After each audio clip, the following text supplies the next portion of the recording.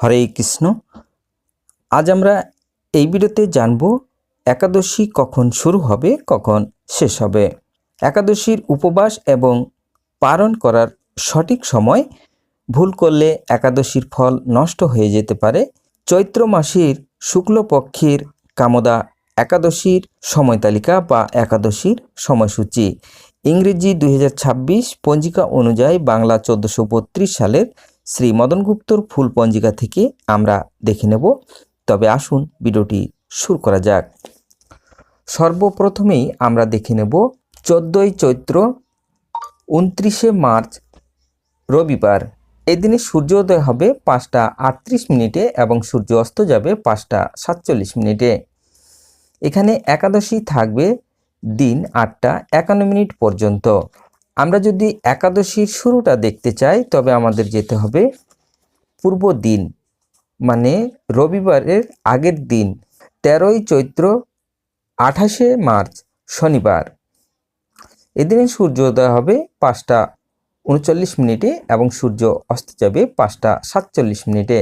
এখানে দশমী শেষ হচ্ছে দিন 10টা 27 মিনিট পর্যন্ত, অর্থাৎ এরপরেই শুরু হচ্ছে একাদশী তিথি। এখন আমরা দেখে নেব বিবিধ বা শ্রাদ্ধ।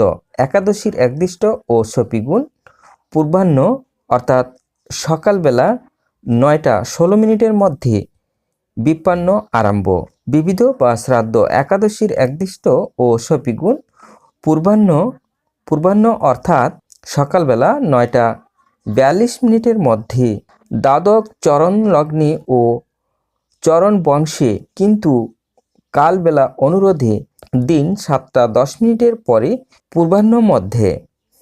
শ্রী শ্রী বাসন্তী দুর্গা দেবীর দশমী বিহিত পূজা সমাপনান্তে বিসর্জন প্রশান্তা।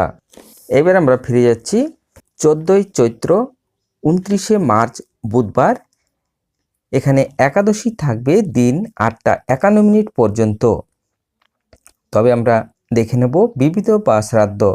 দ্বাদশীর একদিষ্ট ও সপিগুণ একাদশীর উপবাস অর্থাৎ কামদা একাদশী।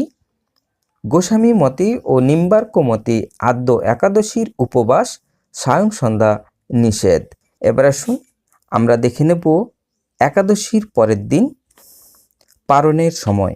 একাদশীর পরের দিন 15ই চৈত্র 30শে মার্চ সোমবার। এখানে দ্বাদশী থাকবে দিন 7টা 38 মিনিট পর্যন্ত। এখন আমরা দেখে নেব বিবিধ বা শ্রাদ্ধ।